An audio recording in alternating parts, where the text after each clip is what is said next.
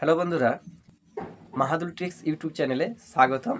আমি মাহাদুল শেখ। আমি আজকের জানাবো কৃষক বন্ধু প্রকল্প উপলক্ষে। কৃষক বন্ধু আপনারা যারা জানেন তারা ভিডিওটাই স্কিপ করে চলে যেতে পারেন বা নাও দেখতে পারেন, কিন্তু এটা যারা জানে না শুধু তাদের জন্য।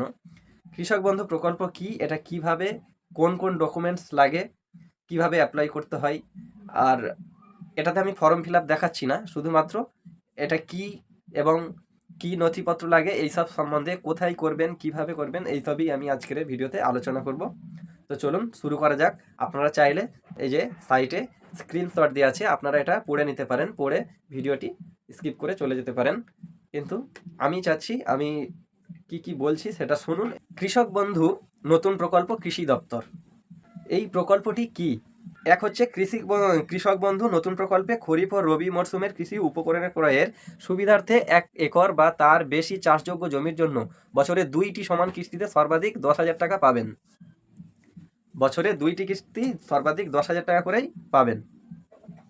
জমি 1 একরের কম হলে আনুপাতিক হারে বছরে 2 কিস্তিতে ন্যূনতম 8,000 টাকা পাবেন। যদি 1 একরের কম হয় তাহলে 8,000 টাকা পাবেন। 2 নম্বরে হচ্ছে কৃষক বন্ধু প্রকল্পে 18 থেকে 60 বছর বয়সী কোনো ও কৃষক বা নথিভুক্ত ভাগ্যচাষীর মৃত্যু হলে তার আইনসম্মত উত্তরাধিকারী এককালীন 2 লক্ষ টাকা আর্থিক সহায়তা পাবেন। এবার কথা হলো কারা এই সুবিধা পাবেন। এক হচ্ছে কৃষক বন্ধু নতুন প্রকল্পের জন্য কৃষকের নিজ নামে চাষযোগ্য জমির পর্চা পাট্টা বন বিভাগের পাট্টা থাকলে অথবা নিবন্ধীকৃত বর্গা হলেও সুবিধা পাবেন। অর্থাৎ আপনাদের যদি নিজেদের নামে কোনো বর্গাদার হলেও চলবে, বা আপনাদের পাট্টা বা নিজ জমি চাষ যদি থাকে সেই জমির পর্চা টর্চা দিয়ে আপনারা কিন্তু এটা অ্যাপ্লাই করতে পারবেন। এবং 2 নম্বর হচ্ছে নিজের নামে জমি না থাকলে দলিল, দানপত্র, দেবোত্তর, অন্যান্য নথি এবং স্বঘোষণাপত্র আর তার সাথে পঞ্চায়েত প্রধানের দেওয়া ওয়ারিশন সার্টিফিকেট সহ প্রকল্পের সুবিধা পাওয়ার জন্য আবেদন করা যাবে।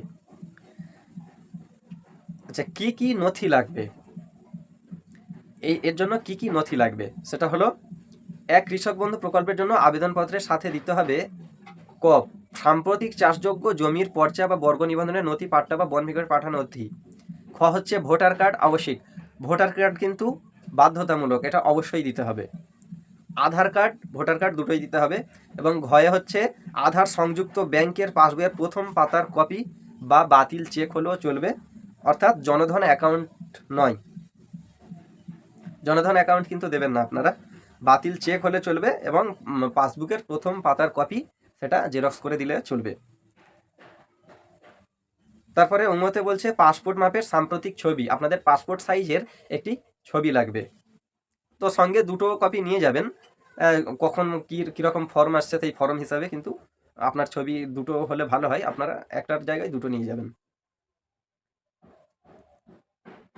ব্যাংক অ্যাকাউন্ট ও আধারের সাথে সংযুক্ত মোবাইল ফোন নম্বর, ব্যাংক অ্যাকাউন্ট এবং আধারের সাথে কিন্তু সংযুক্ত মোবাইল ফোন নম্বর সেটাও নিয়ে যাবেন। আর নিজের নামে জমি না থাকলে দলিল, দানপত্র, দেবোত্তর, অন্যান্য নথি এবং স্বঘোষণাপত্র আর তার সাথে পঞ্চায়েত প্রধানের দেওয়া ওয়ারিশন সার্টিফিকেট লাগবে। নিজের নামে জমি না থাকলে দলিল বা দানপত্র, অন্যান্য নথি, স্বঘোষণা আর তার সাথে পঞ্চায়েত প্রধানের দেওয়া ওয়ারিশন সার্টিফিকেট লাগবে, এটা নিয়ে যাবেন। 2 নম্বরের কয়ে হচ্ছে, আচ্ছা 2 নম্বরে কৃষক বন্ধু মৃত্যুজনিত সহায়তা প্রকল্পের জন্য আবেদনপত্রের সাথে দিতে হবে। ক হলো মৃত কৃষক নথিভুক্ত ভাগচাষীর সচিত্র পরিচয়পত্রের প্রত্যয়িত প্রতিলিপি, ভোটার কার্ড এবং আধার কার্ড। আচ্ছা, ক্ষয়ে মৃত ব্যক্তির মৃত্যুর শংসাপত্রের প্রতিলিপি, অর্থাৎ ডেথ সার্টিফিকেট হলেও চলবে। গয়ে গ্রামীণ এলাকার জন্য ব্লক ডেভেলপমেন্ট অফিসার এবং শহরাঞ্চলের জন্য মহকুমা শাসক অথবা সহকৃষি অধিকর্তা প্রশাসনের দেওয়া আইনসম্মত উত্তরাধিকারীর সংক্রান্ত শংসাপত্র। ঘয়ে মৃত ব্যক্তির নামে জমির সাম্প্রতিক পর্চা, বর্গা নিবন্ধকরণের নথি বা পাট্টা বা বন বিভাগের পাট্টা নথির প্রত্যয়িত প্রতিলিপি। ওঙা হচ্ছে আবেদনকারী দরখাস্তের সঙ্গে স্বঘোষণা পত্র জমা দেবেন। নাবালক আবেদনকারীর ক্ষেত্রে স্বঘোষণার পত্রের সঙ্গে স্বাভাবিক আইনসম্মত অভিভাবকের ঘোষণাপত্র পেশ করতে হবে। আপনি যদি নাবালক হন তাহলে স্বঘোষণাপত্র সেটা দিতে লাগবে, এবং এমনি 18 বছর ঊর্ধ্বে হলে কোনো সমস্যা নেই। এর জন্য যোগাযোগ করবেন কোথায়?